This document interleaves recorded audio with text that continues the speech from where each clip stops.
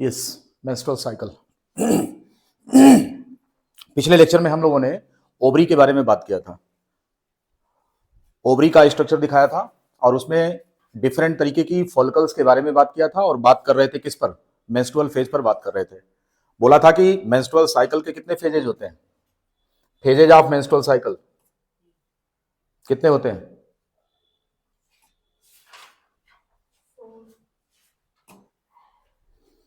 4 phases हमने आपको बताया था मेंस्ट्रुअल साइकिल में। कितने बताया था? 4 फेजेज।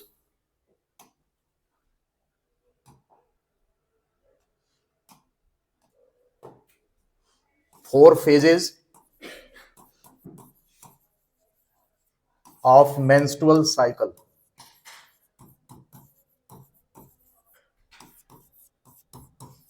और इसमें बोला था हमने आपको कि पहली फेज कौन सी है?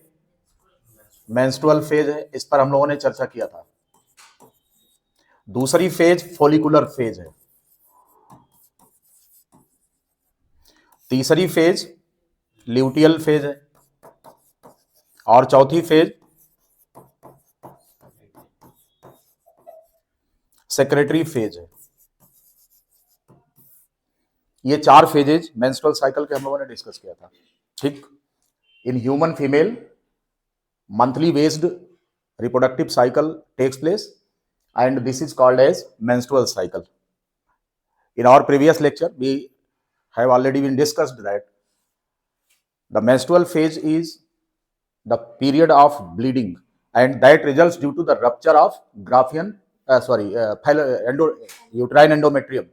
यूट्राइन एंडोमेट्रियम की जो एपिथेलियम है वो उसकी ओवर ग्रोथ होती है and it is because of what? It is because of estrogen hormone, the single hormone which is responsible for overgrowth of uterine endometrium and its rupture. Uterus की अंदर वाली दीवार, मैंने आपको बताया था कि यूट्रस की दीवार कितनी होती है? 3 लेयर की बनी हुई होती है। कौन कौन सी? Outer layer is called as perimetrium, inner layer is middle layer is called as myometrium. मैंने आपको बोला था कि मायोमेट्रियम यूट्रस में कैसी होती है? It is made up of involuntary smooth muscles बताया था और इसकी थिकनेस ज्यादा होती है और इसमें पावर ऑफ कॉन्ट्रैक्शन होता है। मैंने आपको यह भी बताया था कि मायोमेट्रियम पर जिस हार्मोन का सबसे ज्यादा असर होता है वो कौन है? वो ऑक्सीटोसिन है।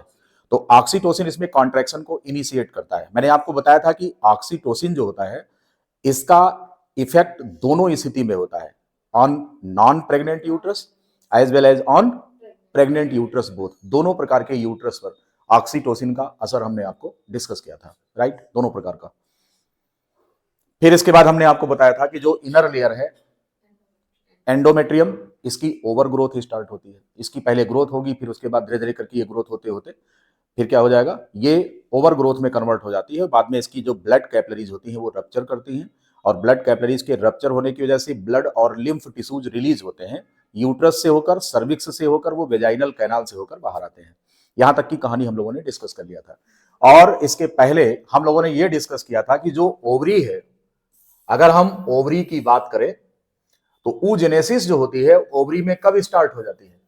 मैंने आपको बताया था कि ये फीटल स्टेज में स्टार्ट हो जाती है, राइट। और यहां से जो एग मदर सेल होती है, the egg mother cell, what is that? Egg mother cell कौन है? ये ऊगोनिया है, ढेर सारी ऊगोनिया है जिनको हम एग मदर सेल्स कहते थे। और इनमें से एक सेल एक चैम्बर में बंद हो जाएगी और उस चैम्बर को हम क्या बोलेंगे? Right, chamber is called as,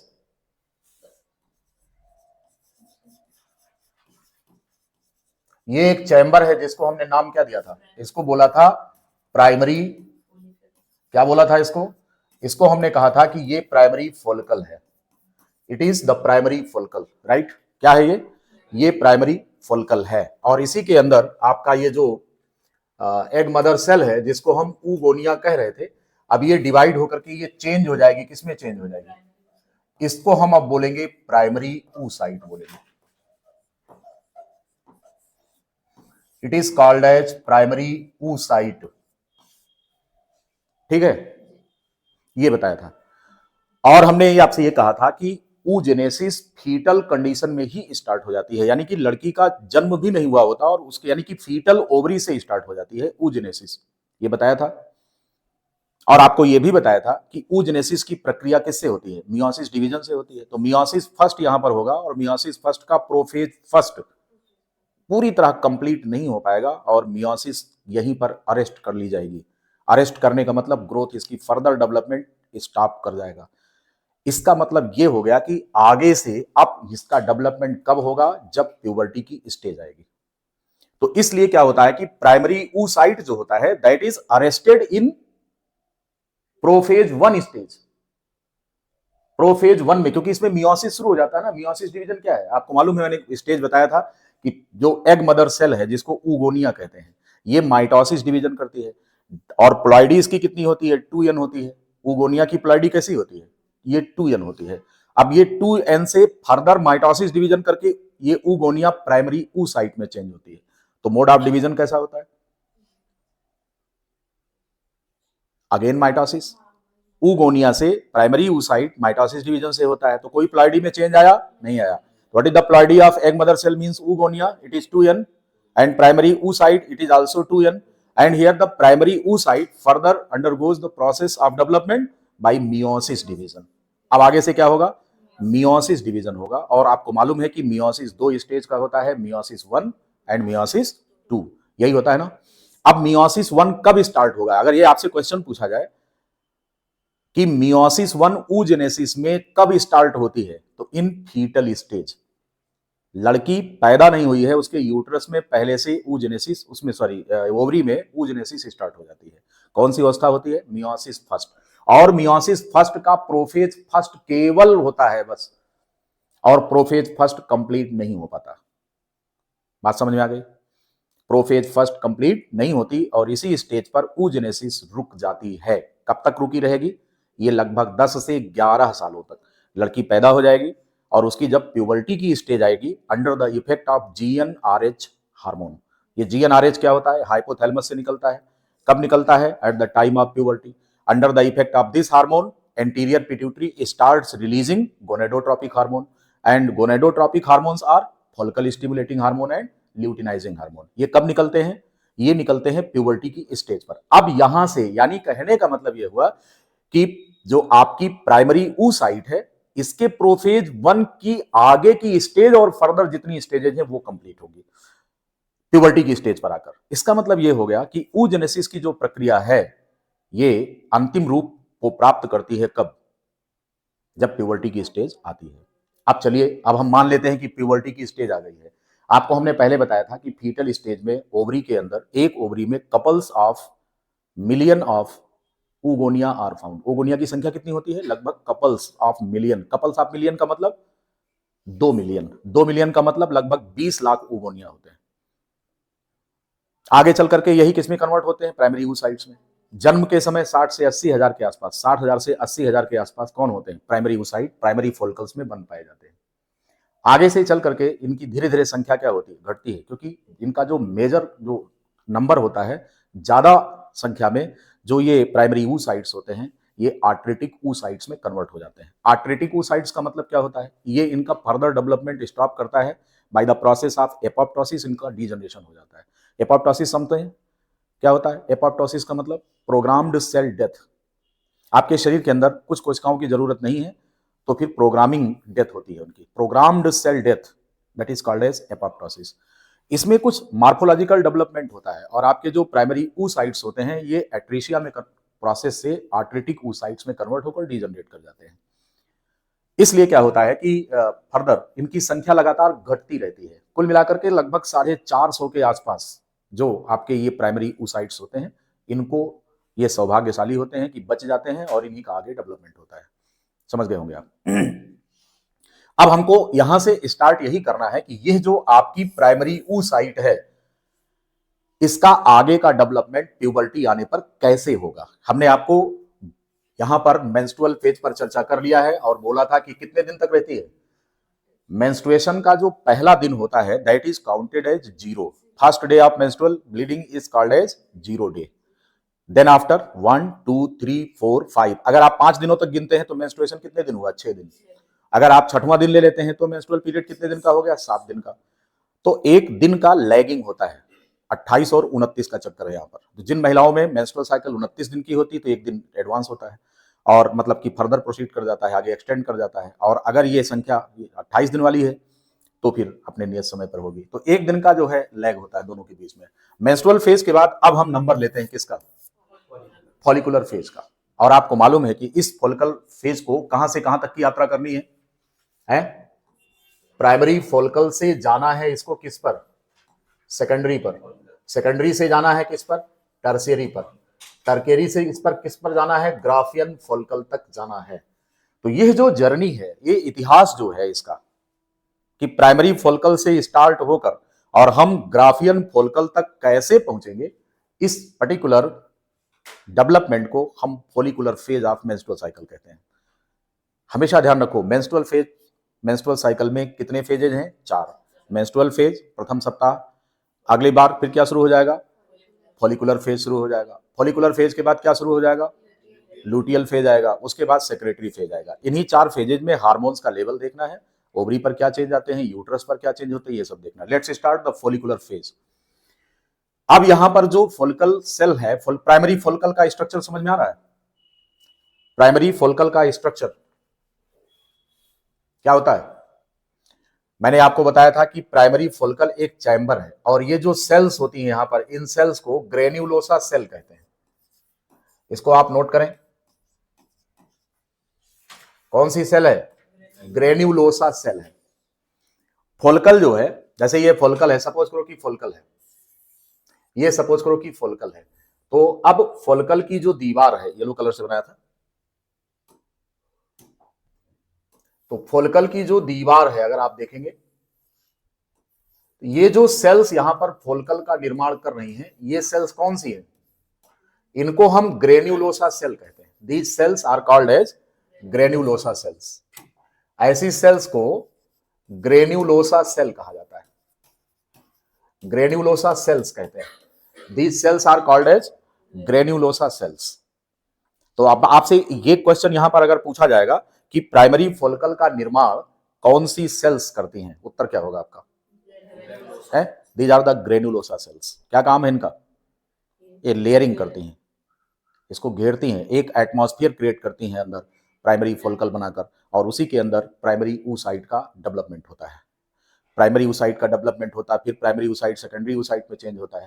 तो ये सारी चीजें जो होती हैं प्राइमरी से लेकर के सेकेंडरी तक के डेवलपमेंट की, हम इन्हीं स्टेजेस में देखेंगे।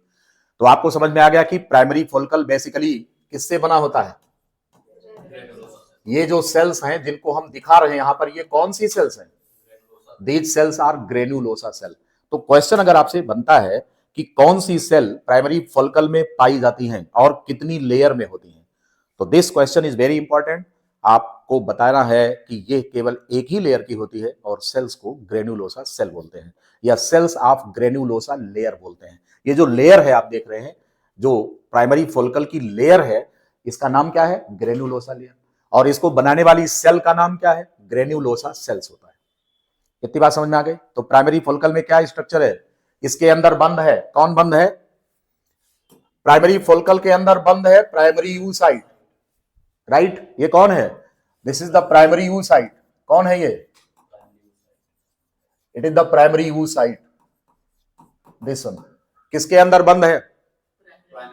ये बंद है प्राइमरी फॉलिकल में।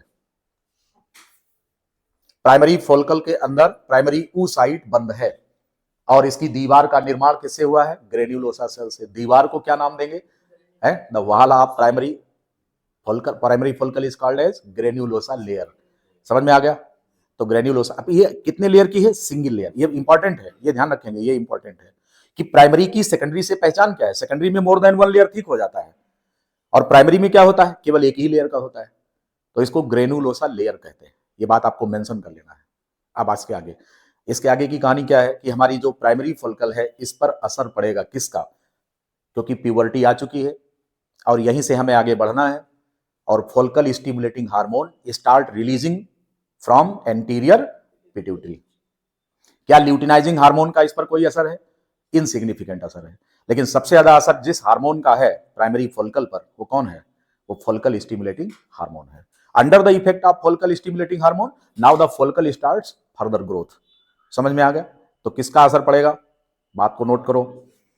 क्या करना है कि अब जो असर होगा इस फोल्कल पर, प्राइमरी फोल्कल पर किस हार्मोन का असर होगा, तो this hormone is follicle stimulating hormone and this is coming from where, कहां से आ रहा है, पिट्यूटरी, एंटीरियर पिट्यूटरी से आ रहा है, इंड्यूस्ड बाय हाइपोथैलेमिक हार्मोन, क्या नाम है उसका, जीएनआरएच। कौन हार्मोन कहता है कि एफएसएच रिलीज हो, तो दिस वन इज जीएनआरएच। ये एंटीरियर पिट्यूटरी को स्टिमुलेटरी इफेक्ट देता है और कहता है कि तुम फोल्कल स्टिमुलेटिंग हार्मोन को रिलीज करो।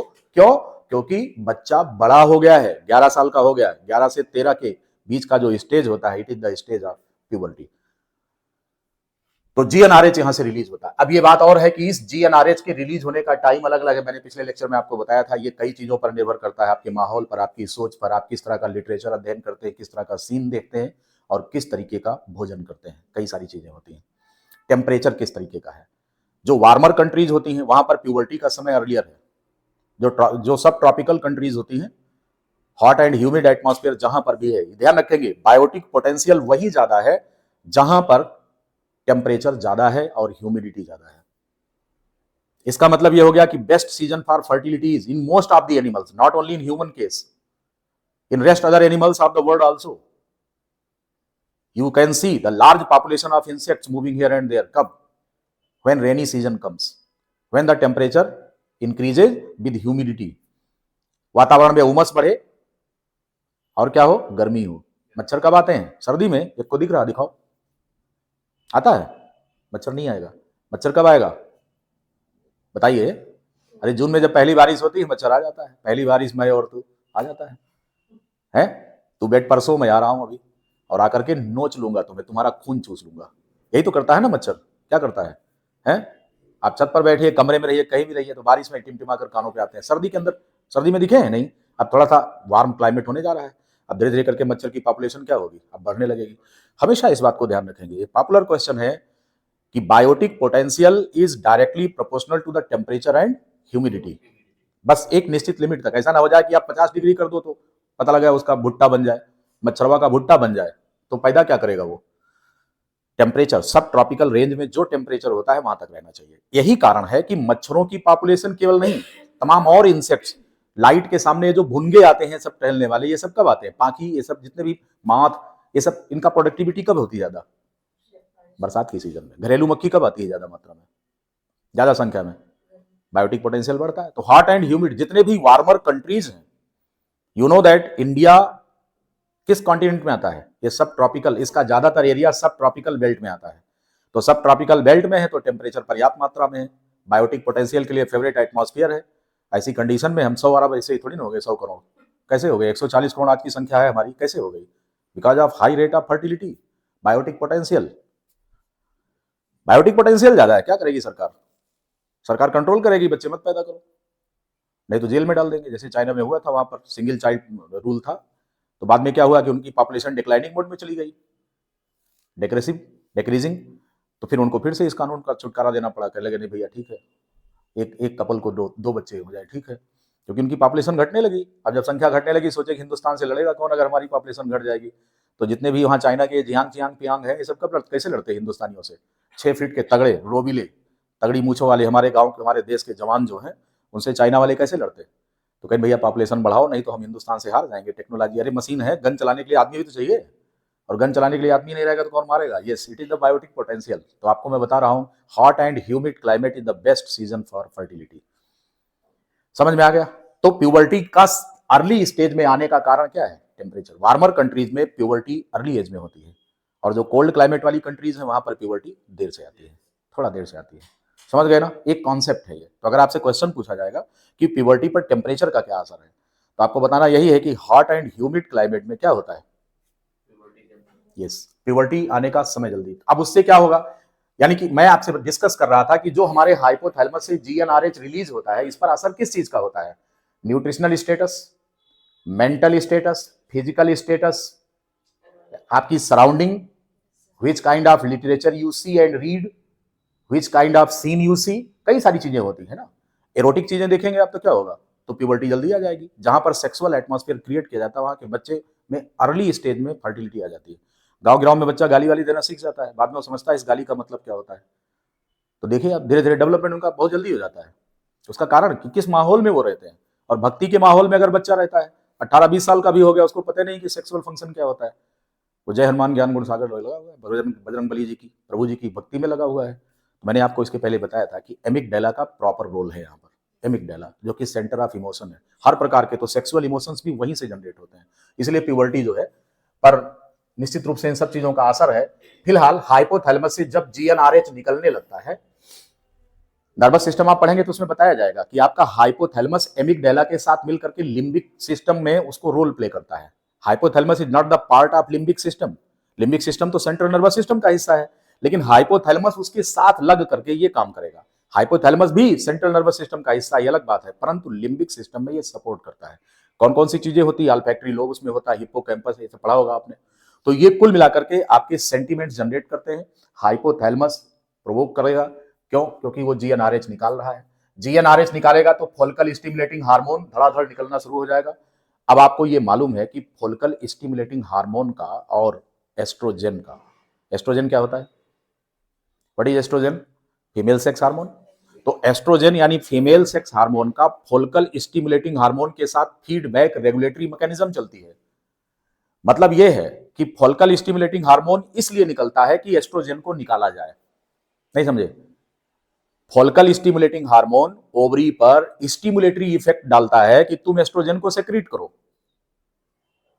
अब अगर एस्ट्रोजन पहले से ही ज्यादा है तो फोलिकल स्टिमुलेटिंग हार्मोन क्या होगा? ये घटेगा। और अगर एस्ट्रोजन कम बन रहा है तो फोलिकल स्टिमुलेटिंग हार्मोन उसको क्या करेगा? प्रमोट करेगा। तो दोनों में क्या होता है? फीडबैक कंट्रोल मैकेनिज्म होती है। तो अगर किसी भी महिला में एस्ट्रोजन का लेवल कम है तो उसमें जब भी आप देखेंगे तो एफएसएच का लेवल बढ़ा हुआ मिलेगा। ठीक है। और एक हार्मोन होता है इनहिबिन, अभी हम आगे चर्चा करेंगे इस पर, इनहिबिन हार्मोन पर भी चर्चा करेंगे कि ये क्या चीज होता है। तो फोलिकल स्टिमुलेटिंग हार्मोन जो होता है वो एंटीरियर पिट्यूटरी से निकलकर सीधे आएगा और इस प्राइमरी फोलिकल को किसमें मॉडिफाई कर देगा? है अब ये सेकेंडरी फोलिकल में चेंज हो जाएगा। किसमें चेंज हो जाएगा? सेकेंडरी फोलिकल में चेंज हो जाएगा। यहां तक का सारा आपने लिस्ट कर लिया है। ठीक है। ये डायग्राम बनाने की जरूरत नहीं, डायग्राम तो आपको है, साइट पर उपलब्ध है, बस खाली आप डिस्कशन देखिए। ठीक है। और डायग्राम स्केच करना चाह रहे हैं तो आप कर सकते हैं, लेकिन इसमें तमाम जो है अभी चेंजेस करने हैं। तो आइए और अब आगे की बात करें। हो गया? नेक्स्ट, अब हम देखेंगे कि ओवरी में जो प्राइमरी फोलिकल है वो कैसे चेंज हो रही है। ये देखेंगे, ये जो आपकी प्राइमरी फोलिकल थी, now it is going to change into secondary follicle. अब आपके प्राइमरी फोलिकल में कौन बैठा हुआ है? हैं? इसका नाम क्या है? प्राइमरी ऊसाइट है। और ये किस में बैठा हुआ है? ये बैठा हुआ है प्राइमरी फोलिकल में। ठीक। अब प्राइमरी फोलिकल चेंज होने जा रही है किस हार्मोन के प्रभाव में? Under the effect of follicle stimulating hormone. कहां से आया है? एंटीरियर पिट्यूटरी से। किसने कहा निकलो? एफएसएच, जीएनआरएच ने। जीएनआरएच एंटीरियर पिट्यूटरी में कौन से रास्ते आया है? ब्लड के रास्ते आया है। वो ब्लड क्या कहलाता है? ब्लड का सिस्टम पोर्टल सिस्टम। क्या नाम है उसका?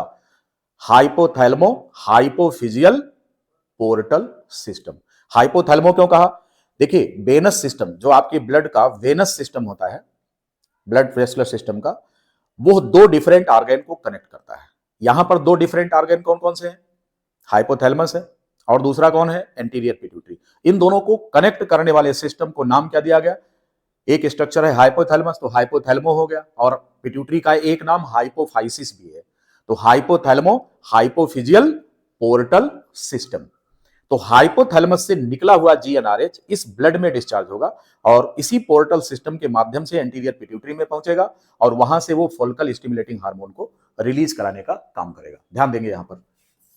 सपोज करिए कि ये आपका हाइपोथैलेमस है, दिस वन, ये आपकी पिट्यूटरी ग्लैंड है,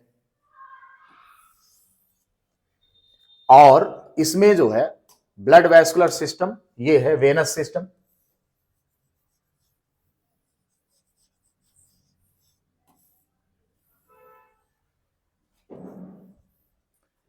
ये ब्लड वेस्कुलर सिस्टम है, ये ब्लड कैपिलरीज हैं इसमें। अब यहां से हाइपोथैलेमस से कौन सा हार्मोन, जीएनआरएच हार्मोन, जीएनआरएच, ये हार्मोन यहां से इस ब्लड से रिलीज होगा, यहां से हाइपोथैलेमस से, और यहां से बहता हुआ ये कहां आएगा, एंटीरियर पिट्यूटरी में, और एंटीरियर पिट्यूटरी से किसको निकालने के लिए प्रेरित करेगा, follicle stimulating hormone and LH, luteinizing hormone. यही फोल्कल स्टिमुलेटिंग हार्मोन अब जा रहा है और असर दिखा रहा है किस पर, primary follicle, secondary follicle, tertiary follicle and graafian follicle. इस पूरे सिस्टम आप देख रहे हैं, हाइपोथैलेमस से जीएनआरएच हिपैटिक, इसमें sorry hypothalamo hypophyseal portal system में डिस्चार्ज हुआ, ब्लड के माध्यम से जीएनआरएच जब यहां पहुंचा इंटीरियर पिट्यूटरी पर, तो इसने कौन से दो हार्मोन निकाला, एफएसएच और एलएच। इन दोनों हार्मोन को क्या नाम दिया जाता है, गोनेडोट्रोपिक हार्मोन कहा जाता है। अब इसमें से जो फोल्कल स्टिमुलेटिंग हार्मोन है, इसका इफेक्ट प्राइमरी फोल्कल पर, ये प्राइमरी फोल्कल है कहां पर इस समय, ओवरी के अंदर है। कहां पर है, अभी पिछले डायग्राम में दिखाया, ये ओवरी के अंदर है। तो वहां जाकर प्राइमरी फोल्कल को सेकेंडरी फोल्कल में मॉडिफाई करेगा। डायग्राम इधर देखेंगे आप कि कैसे चेंज आ रहा है इसमें। तो प्राइमरी फोल्कल जब सेकेंडरी फोल्कल में पहुंचेगा तो इसमें कौन कौन से चेंजेज होंगे, जरा ये ध्यान दीजिए। इसमें जो चेंजेज होने जा रहे हैं वो कौन कौन से हैं। अब जो ये सिंगल लेयर ग्रेन्युलोसा सेल थी, ये कौन सी सेल थी, ये ग्रेन्युलोसा लेयर थी, ये ग्रेन्युलोसा थी। अब ये किसमें चेंज हो रही है, more than one layer thick, कितनी लेयर थिक, एक से अधिक। Granulosa becomes more than one layer thick. Now this structure is called as, क्या बोलेंगे इसको, this structure is called as, it is more than one layer thick. Now this wall here is called as theca. इसका नाम क्या होगा, it is called as theca. क्या कहेंगे इसको, this one is called as theca. आप देख पा रहे हैं, क्या कहेंगे इसको, थीका कहेंगे। यानी कि जिसे हम ग्रेन्युलोसा कहते थे, जैसे ये more than one layer thick हुई, अब इसका नाम क्या हो गया, इसका नाम थीका हो गया। बात समझ में आ रही है, क्या नाम हो गया इसका, इसका नाम थीका हो गया। अभी क्या थी ये, ग्रेन्युलोसा। याद रखना बारीकी है इनमें सब में कि जो प्राइमरी फोल्कल है और सेकेंडरी फोल्कल को अगर आप देखेंगे तो क्या दिखेगा, वो इसको बोलेंगे प्राइमरी फोल्कल और लेयर को बोलेंगे ग्रेन्युलोसा लेयर, और अब इसको बोलेंगे सेकेंडरी फोल्कल। क्या नाम हो जाएगा इसका, it is now secondary focal and this structure is called as theca.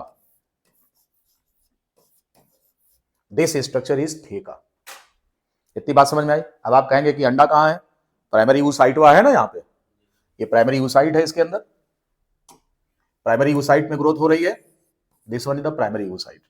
अब यही यहां पर देखेंगे ये प्राइमरी यूसाइट अब किस में मॉडिफाई हो जाएगा, ये मॉडिफाई होगा सेकेंडरी यूसाइट में। किस में मॉडिफाई होगा, सेकेंडरी यूसाइट में मॉडिफाई हो जाएगा। कौन कौन से चेंजेज हो रहे हैं, पहले तो ग्रेन्युलोसा थीका में कन्वर्ट हुआ, पहले ग्रेन्युलोसा थीका में कन्वर्ट हुआ, उसके बाद किस में कन्वर्ट होगा, अब आगे की बात अभी हम करेंगे।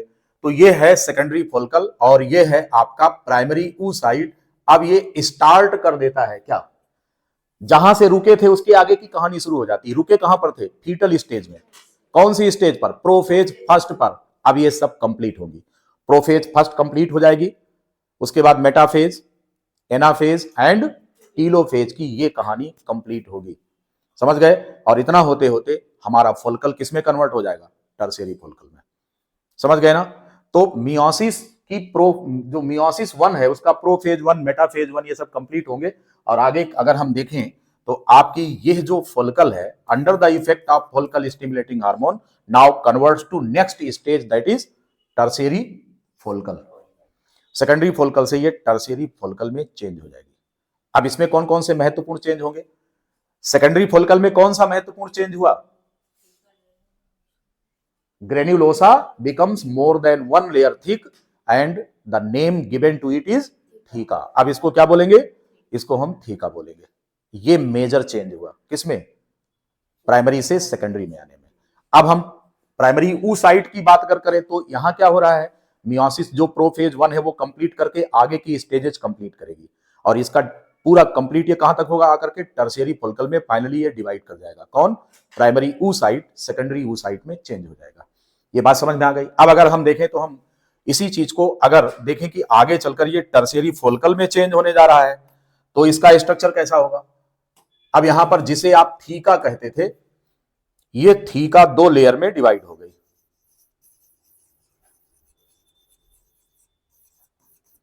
थीका कितने लेयर में डिवाइड हो गई? 2 जोन में डिवाइड हो गए, 2 लेयर नहीं, इसमें 2 डिफरेंट जोन बन जाएगा। अगर आप देखेंगे तो जो टर्शियरी फोल्कल है इसमें 2 डिफरेंट जोन बन गए। बाहर वाला जो है वो थीका एक्सटर्ना है और जो अंदर वाला है वो कौन है? वो थीका इंटरना है। अब यहां पर थीका एक्सटर्ना और थीका इंटरना में ये डिफरेंशिएट कर जाएगा। समझ में आ गया? किसमें डिफरेंशिएट हुआ? Theca interna. अब देखिए यहां पे मैं लिख रहा हूं थीका एक्स इंटरना है,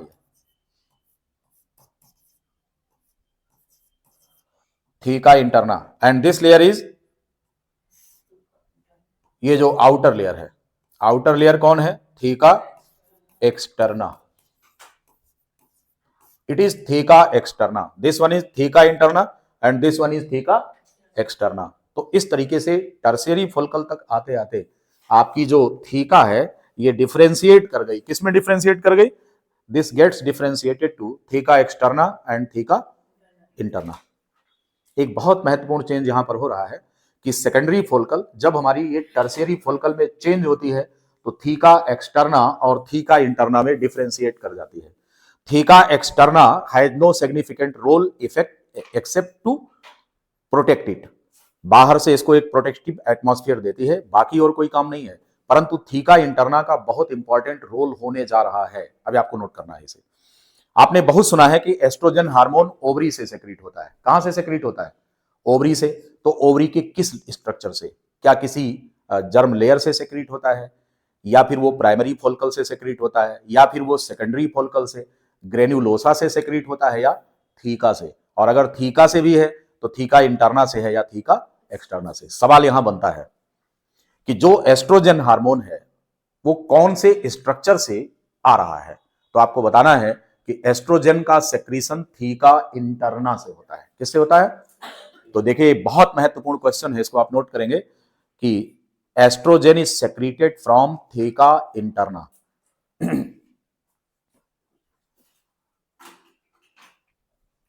estrogen hormone released from theca interna. कहां से निकलेगा? ये थीका इंटरना से रिलीज होता है।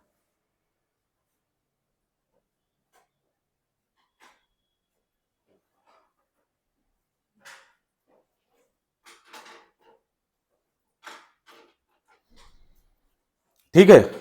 फॉलिकल से संबंधित जो चेंजेज यहां पर हो रहे हैं उसको हमने यहां पर इस डायग्राम में दिखाया गया है कि इससे संबंधित जो चेंज हो रहे हैं वो कहां पे हो रहे हैं। वो अगर आप देखें तो ये चेंज है। ये जो स्ट्रक्चर आप देख रहे हैं इतना, ये बीच वाला, यहां पर ओवेरियन साइकिल दिखाया गया है, देखेंगे आप, और डेज ऊपर लिखे गए हैं। फर्स्ट से लेके 7 तक, 7 से 14, 14 से 21 एंड 28। इसको 4 क्वार्टर में डिवाइड कर दिया गया है।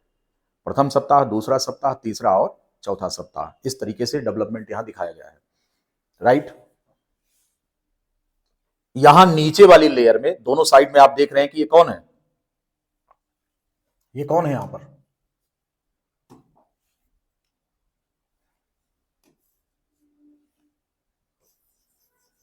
ये कौन सा स्ट्रक्चर है?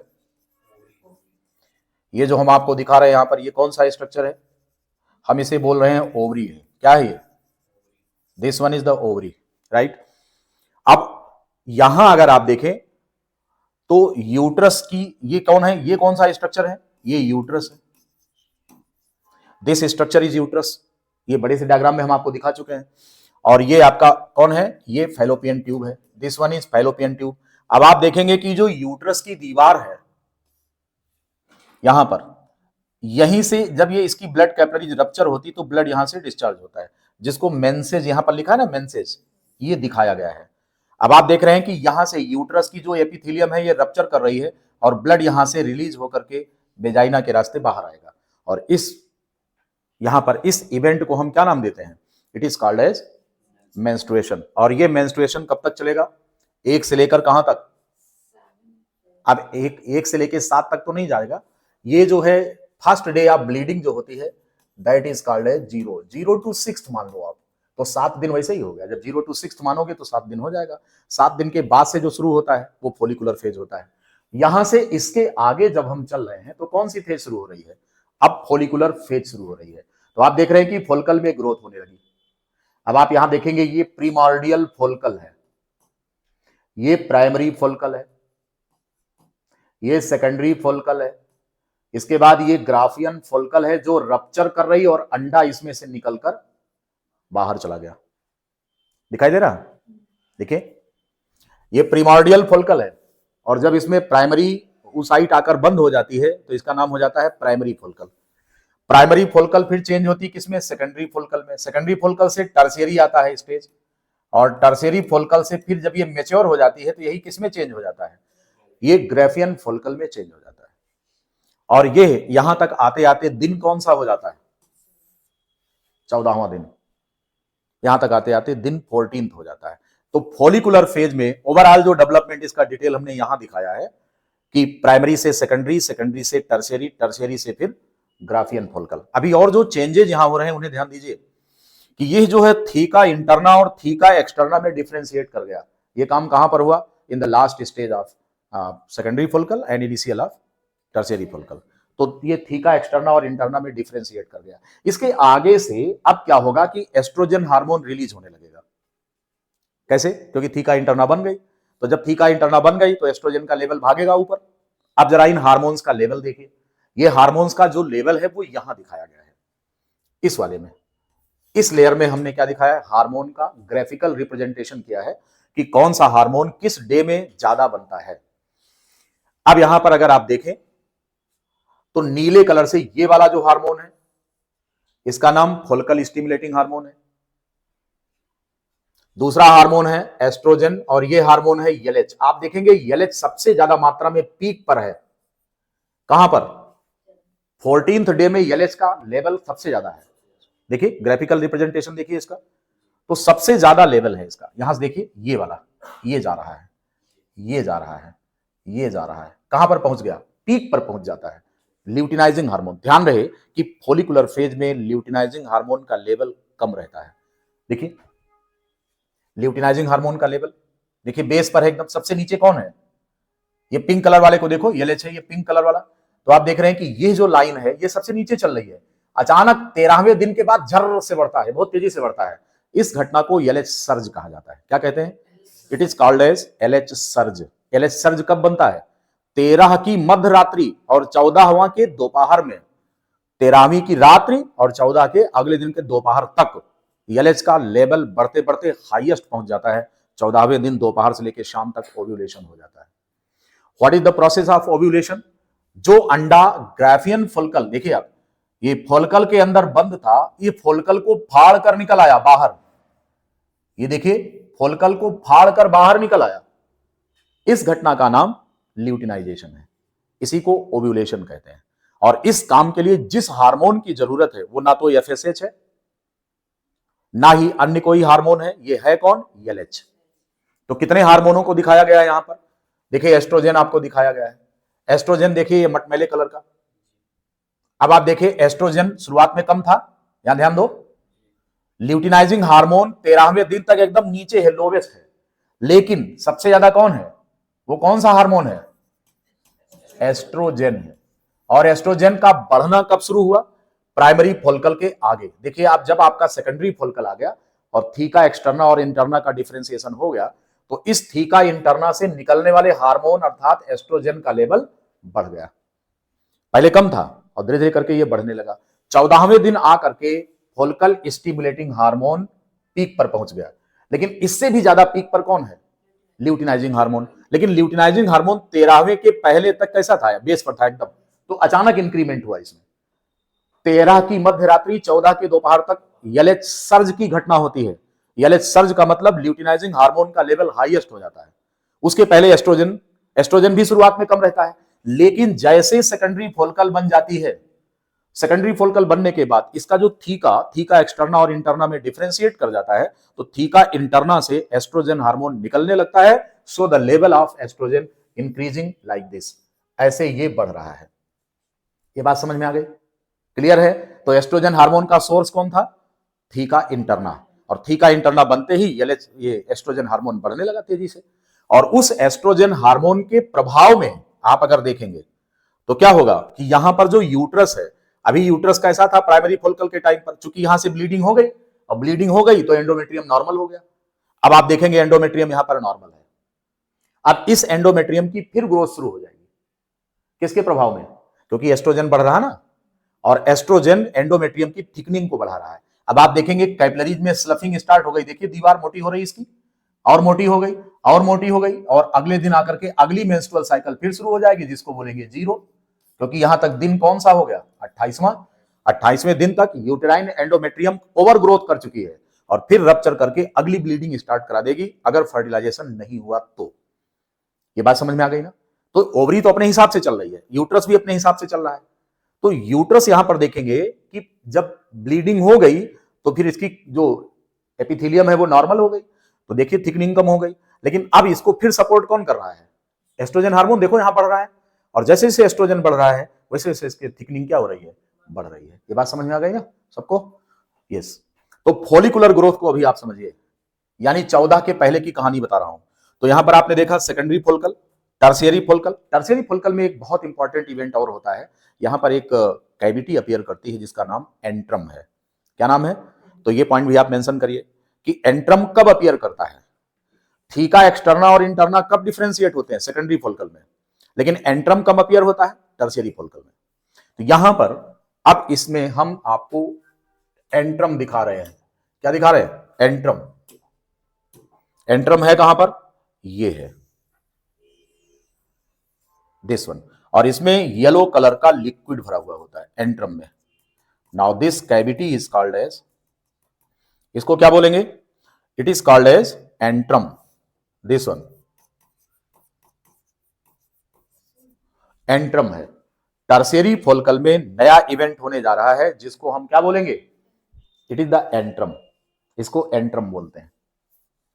लिख लिया? अब टर्शियरी फोलिकल को थोड़ा अच्छे से हम आपको दिखा रहे हैं, इसलिए इसको क्लीन करके और फिर दिखा रहे हैं। एंट्रम एक चैम्बर है, एक कैविटी है, फ्लूइड फिल्ड कैविटी, ठीक है। और ये टर्शियरी फोलिकल में ही दिखेगी, उसके पहले नहीं आती, ये ध्यान रखना है।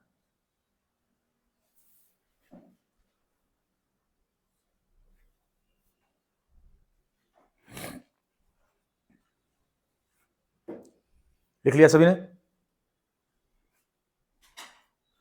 इसका क्या नाम बताया था सर आपने? ये जो हाइपोथैलेमस से हार्मोन्स रिलीज हो रहे हैं, क्या कह रहे थे? नाम कुछ बताया था आपने इसमें, इस वाले डायग्राम में। इसमें? हाँ, क्या बता रहे थे?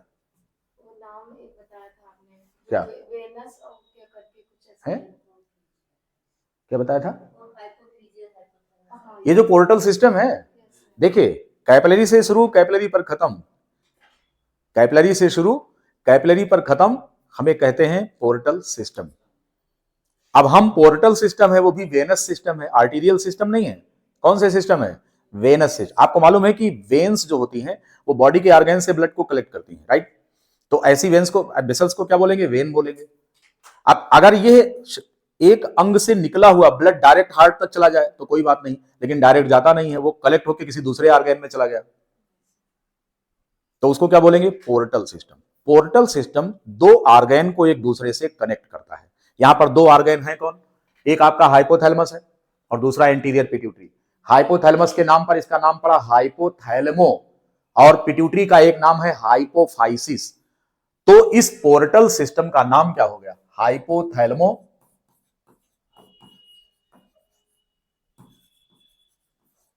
हाइपोफिजियल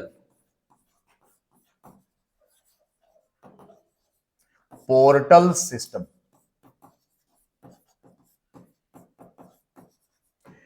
ये वो ब्लड का कनेक्शन है जो कि हाइपोथैलेमस और पिट्यूटरी ग्लैंड के बीच में मेंटेन होता है, और हाइपोथैलेमस के जो हार्मोन होते हैं वो इसी ब्लड में डिस्चार्ज होकर एंटीरियर पिट्यूटरी तक पहुंचते हैं। भाई आने का रास्ता भी तो चाहिए, कोई ट्रैक चाहिए ना आने का, कहां से आएगा ये? तो ब्लड सप्लाई से ही तो आएगा ना, हार्मोन कहां रिलीज होगा? ब्लड में रिलीज होता है। तो हाइपोथैलेमस का एंडोक्राइन रोल है, ये एंडोक्राइन सिस्टम में पढ़ा होगा आपने डिटेल। इस प्रकार से यहां से जीएनआरएच ब्लड में डिस्चार्ज होगा, इस ब्लड से सीधा इंटीरियर पिट्यूटरी में पहुंचकर फॉलिकल स्टिमुलेटिंग हार्मोन और एलएच को रिलीज कराएगा। समझ में आया? फॉलिकल स्टिमुलेटिंग हार्मोन यहां पर आकर के प्राइमरी से सेकेंडरी, सेकेंडरी से टर्शियरी वाला गुल खिला रहा। अब अगर आप लोगों ने इसको मेंशन कर लिया हो तो हम टर्शियरी फॉलिकल को और डिटेल दिखाना चाहेंगे कि इसमें एंट्रम की पोजीशन क्या है, और इसमें एक स्ट्रक्चर और होता है जिसको क्यूमुलस ऊफोरस कहा जाता है। अब ये सारी क्वेश्चन आपसे पूछे जाएंगे इन सब पर, मिटाएं इसको, क्लीन करें। अब हम बात करेंगे जो हमारी टर्शियरी फॉलिकल है। अब उसमें देखें कि टर्शियरी फॉलिकल जो है ये है आपका थीका एक्सटर्ना,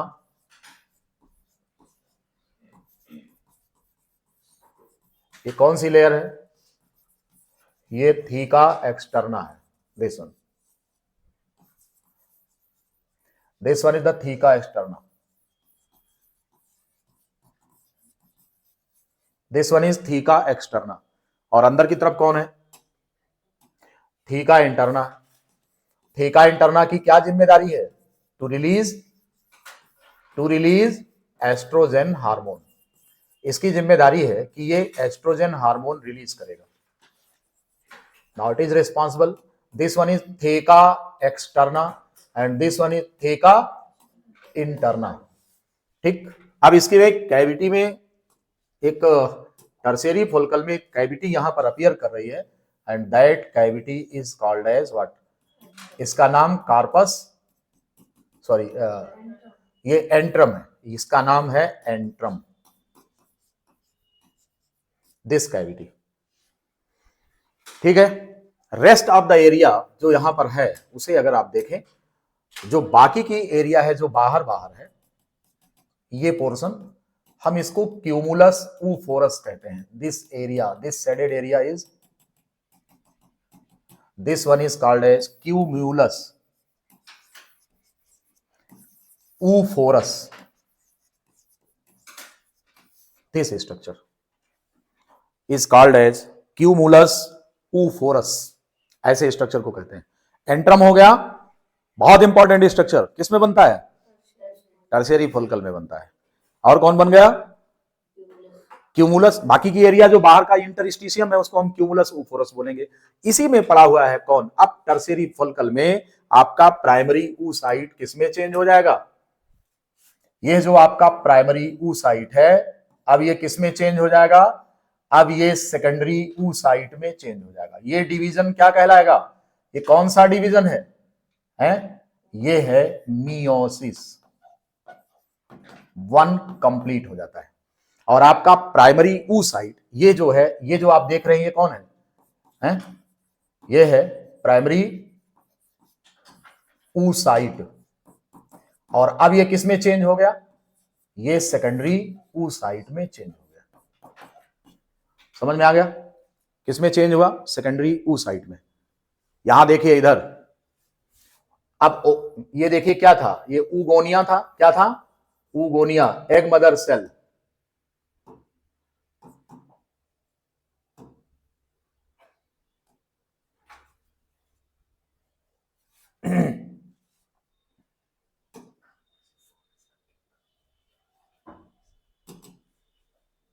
एक सेकंड, डिस्टर्ब हो गया था।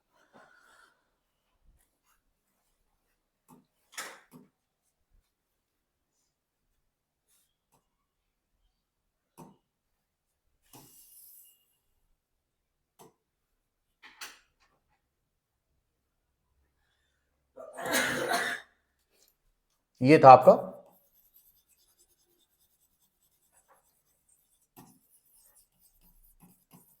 This was theca externa,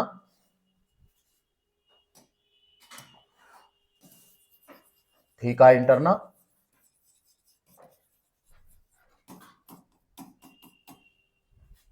and this was antrum,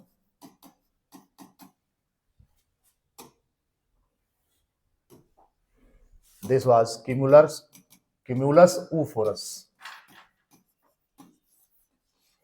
cumulus oophorus. इसका क्या रोल होता है? अरे रुके रहो भाई, अभी एक्सप्लेन करते हैं। ये इंटरस्टिशियम है ना, डायग्राम तो क्लियर करने दो। और यहां पे मैं आपको दिखा रहा था, ये है आपकी, इसको क्या बोलेंगे? प्राइमरी फोल्कल। इसके पहले कौन था ये? इसके पहले ऊगोनिया था। क्या था? इसका नाम ऊगोनिया था। अब ये जो आपकी प्राइमरी ऊसाइट है, ये चेंज हुई है किसमें? प्राइमरी फोल्कल के अंदर। ये प्राइमरी ऊसाइट है, किसके अंदर है? प्राइमरी फोल्कल के अंदर। अब यहां पर मियोसिस फर्स्ट कंप्लीट होगी। जब मियोसिस फर्स्ट कंप्लीट होगी तो इसमें दो तरह की सेल्स बनेगी, एक तो बड़े आकार की और दूसरी कौन सी? छोटी। ये है। तो प्राइमरी ऊसाइट आगे चलकर जो डिवीजन हो रहा है वो कैसा हो रहा है? Meiosis one. लेकिन ये अनइक्वल होता है। ये बहुत इंपॉर्टेंट बात है कि ये अनइक्वल डिवीजन होगा। अब अनइक्वल होने का पीछे इसका कारण क्या है? उसका कारण यह है कि हमें एक सेल को साइटोप्लाज्म ज्यादा देना है। क्यों देना है? क्योंकि यही आगे चलकर, ये एग है, ये अंडे में ही कन्वर्ट हो रही है, तो ये आगे चल करके साइटोप्लाज्म जो होता है बच्चे को किससे प्राप्त होता है? मदर से। और फादर से क्या प्राप्त होता है? केवल स्पर्म का न्यूक्लियस। तो साइटोप्लाज्म जो है वो केवल मदर ही देती है, इसलिए साइटोप्लाज्म के जो भी जीन होते हैं उनका असर बच्चे पर मदर की तरफ से पड़ेगा। अगर मान लो कि कोई जीन साइटोप्लाज्म का है तो बच्चा, अगर साइटोप्लाज्मिक जीन से कोई कैरेक्टर बच्चे में डेवलप हो रहा है तो अपने मदर पर जाएगा, फादर पर नहीं जाएगा। क्यों? क्योंकि बच्चे को साइटोप्लाज्म देने वाली मां है। अब बात समझ में आ गई ना? तो अब साइटोप्लाज्म अगर अच्छा नहीं रहेगा तो अंडे की सेहत अच्छी नहीं रहेगी। कुछ बच्चे पैदा होते हैं मरीले से पैदा होते हैं, पर अंडर साइज होते हैं, विकलांग पैदा होते हैं, बहुत प्रॉपर डेवलपमेंट उनका नहीं होता। और कुछ बच्चे ऐसे धमाकेदार घटोत्कच की तरह पैदा होते हैं। ये किस पर डिपेंड करता है? ये इस पर डिपेंड करता है कि how much cytoplasm is being provided to the embryo from mother side. देखिए, ऊपर वाले तेरी माया कहीं धूप कहीं छाया, अंडे का डेवलपमेंट स्पर्म में इक्वल डिवीजन हुआ, लेकिन अंडे में इक्वल नहीं हो रहा, अनइक्वल डिवीजन हो रहा। देखिए, मियोसिस डिवीजन ही है, स्पर्म का भी निर्माण मियोसिस से हो रहा है और अंडे का निर्माण भी मियोसिस से हो रहा है। लेकिन यहां हो क्या रहा है कि अनइक्वल डिवीजन हो रहा है अंडे में। क्यों? क्योंकि हम तुमको बहुत थोड़ा सा साइटोप्लाज्म दे देंगे और तुम्हारा नाम हो जाएगा पोलर बॉडी। इसका नाम क्या हो गया? ये है फर्स्ट पोलर बॉडी। और पोलर बॉडी का एम्ब्रियो के निर्माण में कोई रोल नहीं है, राइट?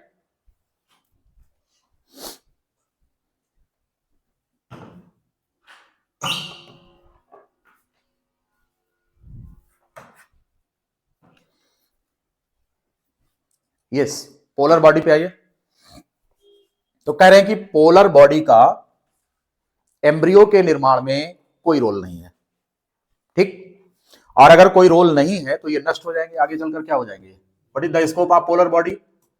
है polar body has no role in embryo formation, so likely to be degenerated सून।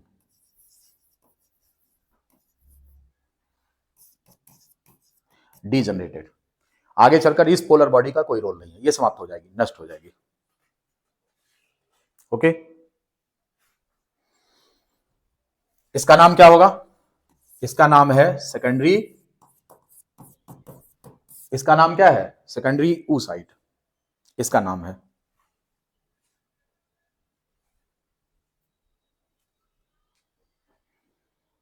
अभी तक कौन सा डिवीजन कंप्लीट हुआ?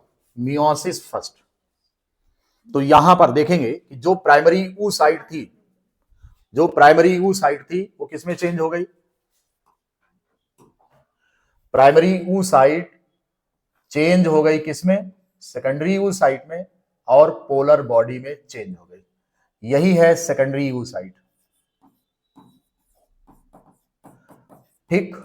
अब आगे का डेवलपमेंट तब होगा जबकि स्पर्म अंडे के अंदर प्रवेश कर जाएगा, यानी कि अगला डिवीजन फर्टिलाइजेशन के बाद कंप्लीट होता है। जो सेकेंडरी oocyte है वो आगे चल करके ऊटिड में कन्वर्ट होगी, ओवा में जिसको कहते हैं, और फर्टिलाइजेशन के बाद होगा वो स्टेज। समझ में आया? पहले नहीं होगा, क्योंकि मियोसिस जो फर्स्ट है, जब प्रॉक्सिमल सेंट्रियोल इसको प्राप्त हो जाता है फर्टिलाइजेशन के बाद, तब अगला डिवीजन होता है। ये बात समझ में आ गई। अंडा अब तक मैच्योर होकर कौन सी स्टेज में है? Secondary oocyte। ओव्यूलेशन में कौन किस चीज का होता है? ओवा का होता है, ऊटिड का, या फिर ये सेकेंडरी oocyte का। तो आपको बताना है कि ओव्यूलेशन में सेकेंडरी oocyte बाहर निकलती है, किससे? फोलिकल से। और अब आगे चलकर ये फोलिकल किस में चेंज हो गई? आप देख रहे हैं कि इसके अंदर एक लिक्विड भरा हुआ होता है एंट्रम में। एंट्रम में एक लिक्विड भरा हुआ होता है, यही पहचान है टर्शियरी फोलिकल की। यस, इसके अंदर फ्लूइड भरा हुआ है, तो antrum is filled with yellow colour liquid.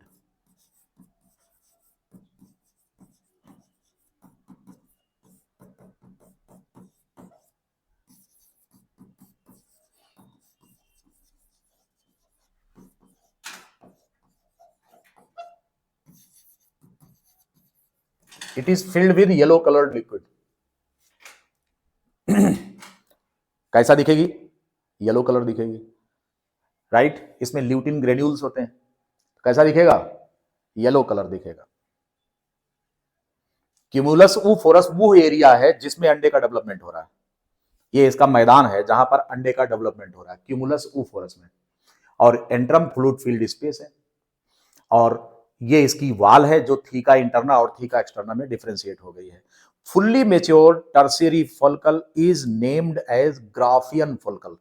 जब ये पूरी तरह मेच्योर हो जाती है, फुल्ली मेच्योर्ड,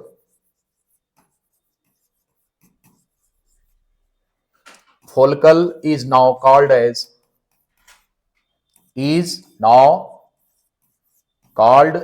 क्या कहेंगे इसको? Graafian follicle. स्पेलिंग है GRFF, GRAAFIAN,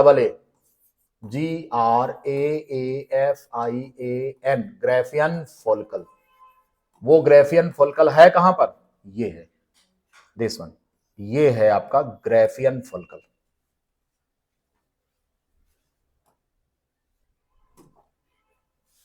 दिस वन, ये है आपका ग्राफियन फोलिकल। तो यहां से स्टार्ट होके यहां तक की कहानी हम कह चुके हैं, जिसका नाम क्या है? Follicular phase. क्या क्या चेंजेज हुए फोलिकल्स में, ये सारा हमने आपको समझा दिया है। मियोसिस 1 तक की कहानी कंप्लीट कर दिया। फर्स्ट पोलर बॉडी का निर्माण हो गया और सेकेंडरी oocyte बन गई है। अब यह जो अंडा है यहां से रिलीज होगा बाहर under the effect of main hormone, that is luteinizing hormone. This one is FSH, and sorry, this one is estrogen. Sorry, estrogen. This one is estrogen, and this hormone is follicle stimulating, FSH. आप देख पा रहे हैं कि oestrogen high होने पर follicle stimulating hormone का level कम है, ठीक है। और यहां पर देखेंगे आप, फॉलिकल स्टिमुलेटिंग हार्मोन हाई था, एस्ट्रोजन कम था। इधर देखिए, एस्ट्रोजन लो चल रहा है, एफएसएच हाई है, एफएसएच और बढ़ रहा है। उसके बाद एफएसएच अब घटने लगा, क्यों? क्योंकि एस्ट्रोजन बढ़ गया। यहां पर देखिए, ये देखिए, एस्ट्रोजन का लेवल बढ़ रहा है, तो फिर फॉलिकल स्टिमुलेटिंग हार्मोन का लेवल डाउन हो रहा है। ये दोनों एक दूसरे के एंटागोनिस्टिक हार्मोन है। यही चीज मैं आपको बता रहा था कि फॉलिकल स्टिमुलेटिंग हार्मोन एस्ट्रोजन को निकालने के लिए आया है, और अगर एस्ट्रोजन पहले से ही निकला हुआ है तो एफएसएच की कोई जरूरत ही नहीं है, वो कम हो जाएगा। ये उसके फीडबैक पर बढ़ता है कि अगर इस बात का फीडबैक मिल जाए कि बॉडी में एस्ट्रोजन कम है तो एफएसएच क्या हो जाएगा? बढ़ जाएगा। ये चीज मैं आपको बता रहा हूँ। यही कारण है कि जिन महिलाओं में मेनोपॉज की कंडीशन आ जाती है और एस्ट्रोजन बनना बंद हो जाता है, उनकी बॉडी में फॉलिकल स्टिमुलेटिंग हार्मोन का लेवल बढ़ जाता है, थोड़ा हाई हो जाता है। ये इस बात का इंडिकेशन है कि it is the cessation of menstrual cycle, estrogen का बनना खत्म हो गया। इस प्रकार आप यहां पर देख पा रहे हैं कि जैसे जैसे ये लेवल जा रहा है ये ऊपर बढ़ रहा है, ठीक है। और इसमें तीसरा हार्मोन जो दिखाया गया है वो कौन है? प्रोजेस्टेरॉन। शुरुआत में प्रोजेस्टेरॉन 0 लेवल पर रहता है, देखेंगे आप, ये वाली लाइन है। ये कौन सा हार्मोन है? प्रोजेस्टेरॉन। शुरुआत में प्रोजेस्टेरॉन का कोई काम नहीं है। प्रोजेस्टेरॉन बहुत थोड़ी सी मात्रा में ओवरी की दीवार से निकलता है, थीका इंटरना से, बहुत थोड़ी सी मात्रा में निकलता है। लेकिन आगे चल करके यह काम कार्पस लूटियम ले लेता है। क्यों? क्योंकि ये जो फोलिकल है अभी जो रप्चर हुई है, अब ये किस में चेंज हो जाएगी? कार्पस ल्यूटियम में चेंज हो जाएगी। और corpus luteum is the major site for secretion of progesterone hormone, जिसे हम अपने अगले लेक्चर में आपको बताएंगे कि प्रोजेस्टेरॉन हार्मोन का फंक्शन क्या है। अभी तक हमने किस किस हार्मोन का रोल देखा, एफएसएच का, एस्ट्रोजन का और ल्यूटिनाइजिंग हार्मोन का। ल्यूटिनाइजिंग हार्मोन अपने हाईएस्ट लेवल पर है, 14वें दिन हमने क्या काम करा दिया, ओव्यूलेशन। इसके आगे की कथा का वर्णन हम अपने अगले लेक्चर में करेंगे और बताएंगे what is the scope of ruptured Graafian follicle. ये जो ग्राफियन फोल्कल है, ये रप्चर कैसे होती है, क्यों रप्चर कर जाती हैं, एस्ट्रोजन का ऐसा क्या इफेक्ट होता है, इस पर चर्चा करेंगे और ये कार्पस ल्यूटियम आगे क्या काम करेगी, इसकी चर्चा करेंगे। ठीक है, उम्मीद है कि आपको ये लेक्चर मस्त लगा होगा, समझ में आ गया होगा। आप इसमें से कोई भी डाउट है तो आप पूछ सकते हैं अलग से। ठीक है, हाँ, मतलब 7 डे से स्टार्ट होगी? यस, 7 से 14 के बीच में रहेगी, क्योंकि 14 पर तो ल्यूटियल फेज आ गई ना, तो ल्यूटियल फेज लगभग 1.5 या 2 दिन रहेगी। उसके बाद कार्पस ल्यूटियम बन जाएगा तो सेक्रेटरी फेज स्टार्ट हो जाएगी। 15 से लेके आगे 28 तक कौन होता है, सेक्रेटरी फेज होता है। यस, है टर्शियरी oocyte कहाँ बनता है, कभी नहीं बनता। नो, सेकेंडरी oocyte जब डिवाइड हो जाएगा तो oocyte बनेगा, वो तो टर्शियरी oocyte नहीं कहेंगे उसे, टर्शियरी oocyte नहीं होता, मियोसिस सेकंड होता है and that takes place after fertilization. तो अभी आगे के लेक्चर में आएगा वो, हम वहां बताएंगे। और कोई सवाल किसी का? No question.